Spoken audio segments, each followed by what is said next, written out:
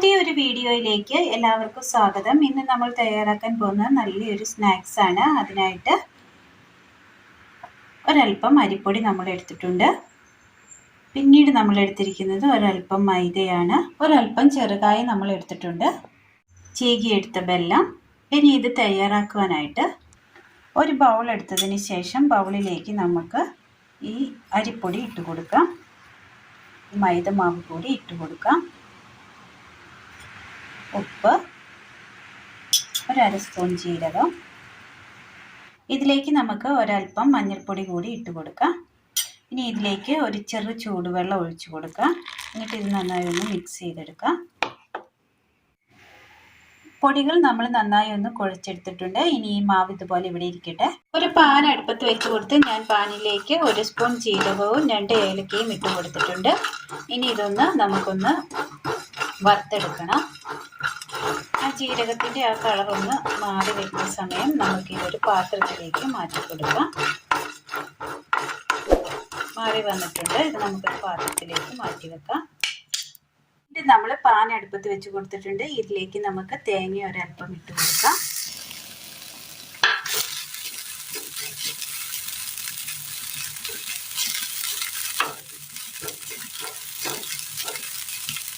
ഇതിനകത്തേക്ക് നമ്മൾ ചീകി വെച്ചിരിക്കുന്ന വെല്ലം ഇട്ട് കൊടുക്കാം.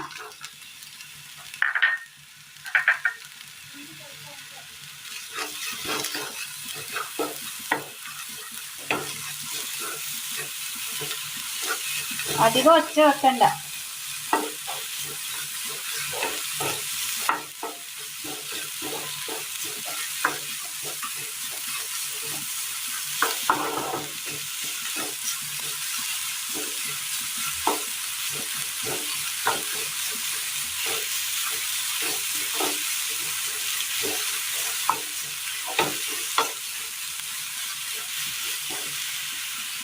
ആ വെല്ലവും തേങ്ങയൊക്കെ ഒന്ന് ഉരുകി വന്നിട്ടുണ്ട്. ഇതിനകത്തേക്ക് നമുക്ക് ജീരകവും ഏലക്കയും പൊടിച്ചത് ഇട്ട് കൊടുക്കാം.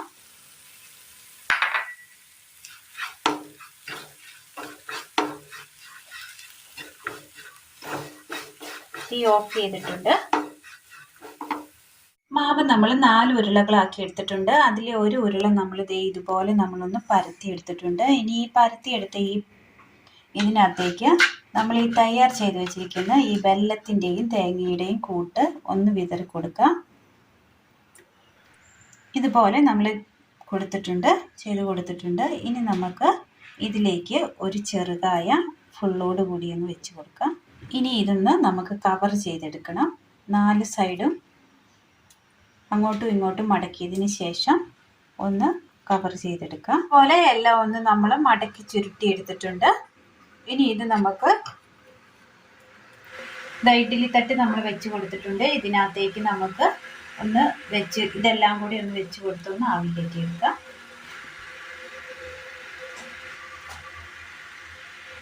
ഒന്ന് മൂടി വെച്ച് ആവി കയറ്റി വേവിച്ചെടുക്കാം. ഇഡ്ഡലി പാത്രത്തിൽ വെച്ച് കൊടുത്ത് നന്നായി ഒന്ന് ആവി കയറി നന്നായി ഒന്ന് വെന്ത് വന്നിട്ടുണ്ട്. ഇത് നമ്മൾ തണുത്തതിന് ശേഷം ഒരു പാത്രത്തിലേക്ക് മാറ്റി കൊടുത്തതാണ്. അങ്ങനെ നല്ല ടേസ്റ്റിയായ നല്ലൊരു 4 മണി സ്നാക്സ് ആണ് ഇന്ന് നമ്മൾ തയ്യാറാക്കിയിരിക്കുന്നത്. ചെറുപഴവും ഒരല്പം അരിപ്പൊടിയും ഉണ്ടെങ്കിൽ നമുക്ക് പെട്ടെന്ന് തയ്യാറാക്കിയെടുക്കാൻ പറ്റിയ നല്ല ടേസ്റ്റിയായ നല്ലൊരു ഹെൽത്തിയായ ഒരു പലഹാരമാണ്. അപ്പോൾ എല്ലാവരും ഒന്ന് ചെയ്ത് നോക്കണം. നല്ല ടേസ്റ്റാണ് ഇതിങ്ങനെ കഴിക്കുവാനായിട്ട്. അപ്പോൾ എല്ലാവരും ഒന്ന് ചെയ്ത് നോക്കണം. വീഡിയോയെക്കുറിച്ചുള്ള അഭിപ്രായങ്ങൾ കമൻറ്റ് ബോക്സിൽ അറിയിക്കുവാൻ മറക്കരുത്. അപ്പോൾ ഇന്നത്തെ വീഡിയോ എല്ലാവർക്കും ഇഷ്ടമായി എന്ന് വിചാരിക്കുന്നു. ഇഷ്ടമായ ലൈക്ക് ചെയ്യാനും ഷെയർ ചെയ്യാനും സബ്സ്ക്രൈബ് ചെയ്യാനും മറക്കരുത്. താങ്ക്